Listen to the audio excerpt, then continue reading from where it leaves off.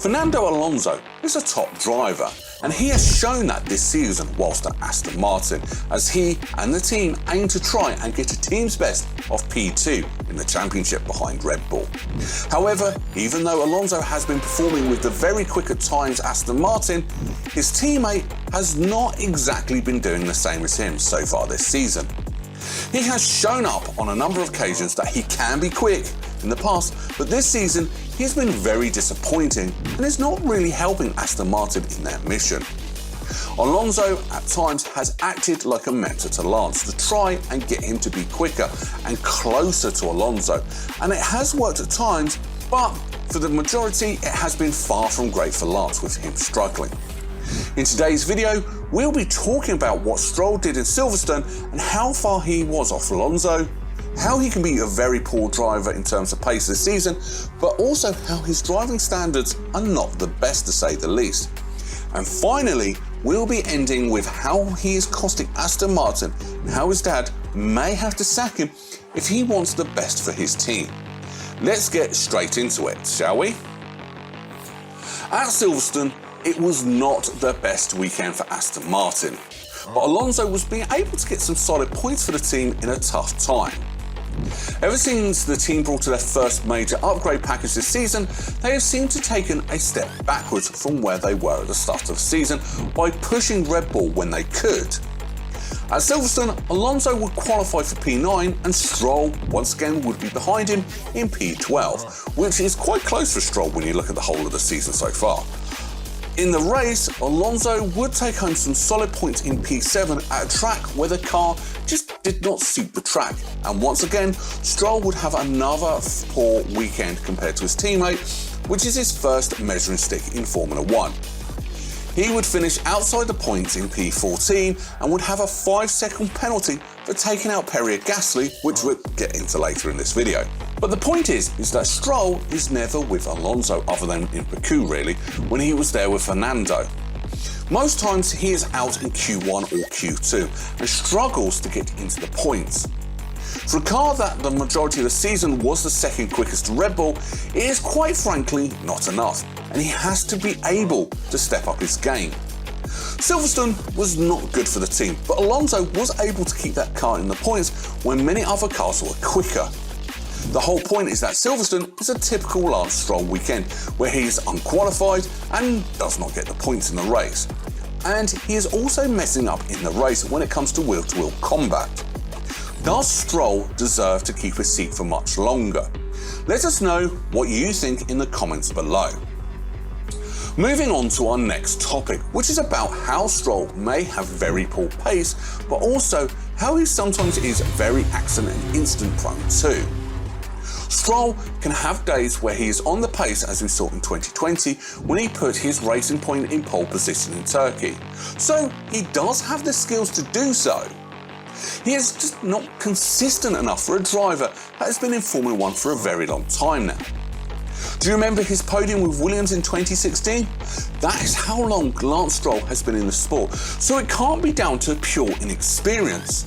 Sometimes he's just not good enough to be in such a quick car. When it comes to incidents, Stroll has some tendencies to find himself in the wall in a qualifying or practice when pushing too hard, which costs the team a lot of money, and it ruins his race weekend at times. He has no excuses, as we just talked about. He has been in the sport for long enough to learn from his mistakes, but he simply hasn't. Stroll also has found himself in bad books with many drivers in the past. Sometimes they're not his fault and it's the driver's egos getting them, and Stroll has been blamed, but a lot of the time Stroll is in the wrong. One of the very most recent times that you may have been watching this video will remember the incident at the British Grand Prix that saw Gasly being taken out of the race. Stroll simply went for a move, then came back into the track and crashed into Gasly, which damaged his suspension, meaning that his race was over because Stroll just didn't want to give up a position. He was given a 5-second time penalty for his trouble and 2 penalty points, which could come back to bite him later on down the line, and it could cause a race suspension. Stroll has to be able to keep his nose clean if he wants points, because picking up penalties is not what he needs when he struggles to get even near to the first place.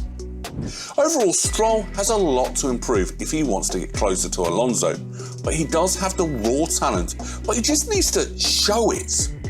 Will Stroll be able to get closer to Alonso, or is it a lost cause? Let us know what you think in the comments below. With Stroll being so far off Alonso, it is costing Aston Martin in the Constructors' Championship, as they were sitting comfortably in second. But now Mercedes are catching up to them, and even McLaren could get close to them if they keep up this form for the rest of the season. Alonso cannot be trying to beat Mercedes by himself. He needs Stroll to be picking up as many points as he can, but he's having a disaster and keeps messing up in almost every race. Every single other team fighting for P2 has two drivers who are close to each other in every race.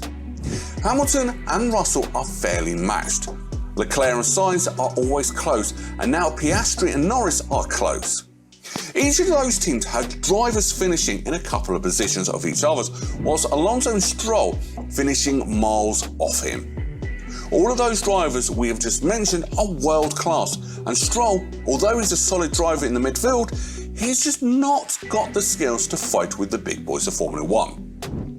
As we know, his father, Lawrence Stroll, owns the team, and it has been said that Lance has a lifetime contract as the team, as he will not sack his son. But the time may have to come to pull the plug and let his son go to another team where he can perform better. Aston Martin will have many drivers wanting to join them, and they could easily replace Stroll if they wanted to. It's all down to Lawrence and if he wants to let his son go for the better performance for the team in the long run. If his team can continue this upwards trajectory and fight for the title very soon, Stroll will not be able to aid the main driver fighting for the title. Perez at Red Bull may be struggling right now, but he can still bring out some solid performances here and there, and is a top driver. This is what Aston Martin needs. They have to find a driver who can fill the role of second driver to Alonso or whoever else is at Aston Martin, so they can win Constructors' Championships like they hope to do in the very near future. Lawrence Stroll will have to put his team before his son if he wants to be successful in the sport, and if he doesn't, then he may struggle to achieve his long-term goal. He can find a better driver than his son to aid Alonso in winning races and championships in the near future, such as Lando Norris or even Charles Leclerc. You just never know in Formula 1 in today's day and age. Overall, Lance Stroll is a good driver, but his time at Aston Martin may be coming to an end due to his poor performances, but it is down to what his father chooses to do. Thank you all so much for watching this video, and make sure you hit that like button and subscribe for more videos just like this one.